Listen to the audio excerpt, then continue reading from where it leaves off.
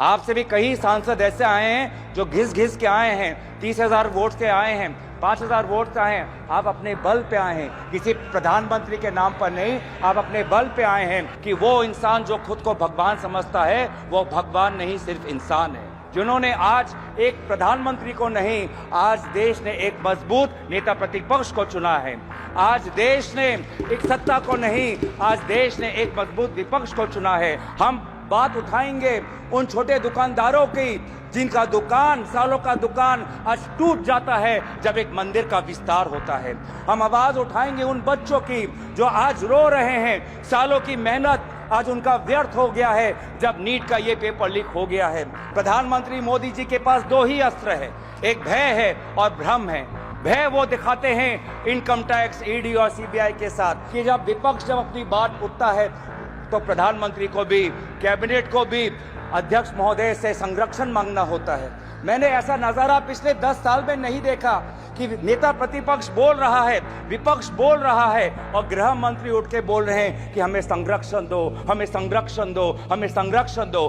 सभी सांसदों को मैं विशेष रूप से अपनी तरफ से शुभकामनाएं देता चाहूंगा कि वो इस चुनाव में जीत के आएं।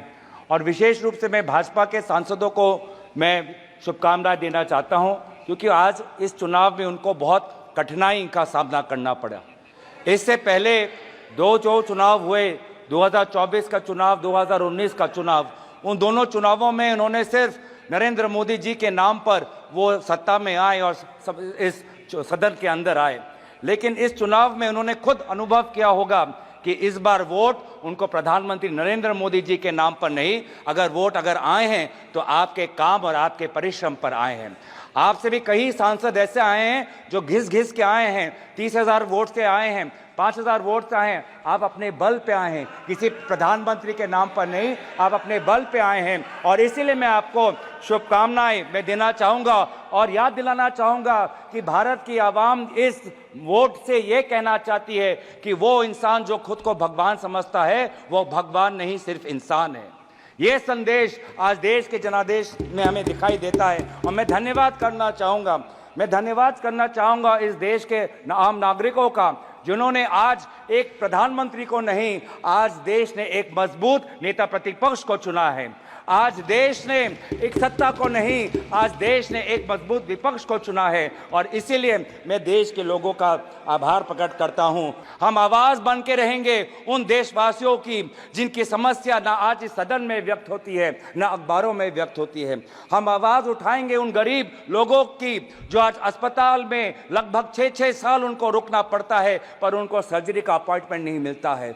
हम आवाज उठाएंगे वो सड़क पे सोते हुए युवाओं की, लोगों की जिन पर एक अमीर का गाड़ी, एक अमीर बाप का गाड़ी का बेटे का गाड़ी रेंगते हुए उनको मार देता है और फिर वो बेटा बाद में बेल पर निकल जाता है और उन जो लोग जो सड़क पे सोते हैं आज उनके बारे में कोई नहीं सोचता।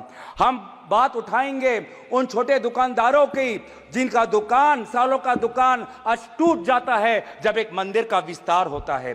हम बात उठाएंगे उन बेरोजगार युवाओं की जो आज वीजा भटक के संघर्ष में आज वो कभी पनामा के रूट से अमेरिका में जाते हैं, कभी कनाडा जाते हैं, कभी यूरोप जाते हैं, कभी मिडिल ईस्ट जाते हैं। आज यूपी, हरियाणा, पंजाब, गुजरात का युवा आज उसको देश के अंदर नहीं, अगर रोजगार मिलता है तो विदेश में मिलता है। हम उनकी आवाज उठाएंगे। हम आवाज उठाएंगे उन बच्चों की जो आज रो रहे हैं, सालों की मेहनत आज उनका व्यर्थ हो गया है जब नीट का ये पेपर लीक हो गया है।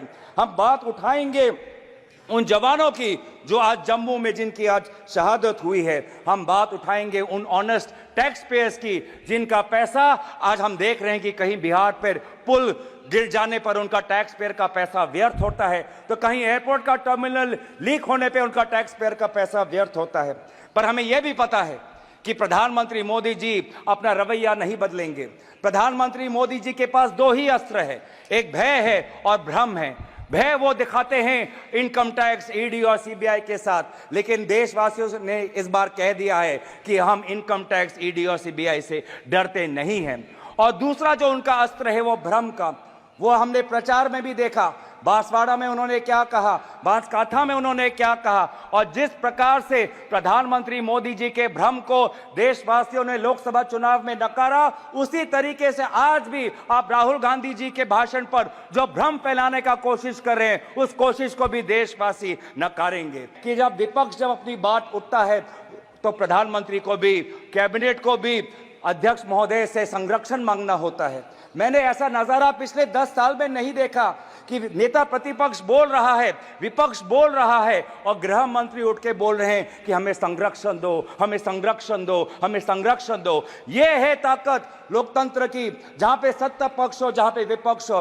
अगर आपके पास सत्ता है, इसका मतलब ये नहीं कि आप सही हो। अगर हम विपक्ष में हैं, इसका मतलब हम गलत है, ये इसका मतलब नहीं है। सत्ता पक्ष और विपक्ष लोगों की दो राय रखता है और फिर जनता जनार्दन निर्धारित करती है कि वो किसको राय को स्वीकारता है, चाहे वो सत्ता हो का विपक्ष को।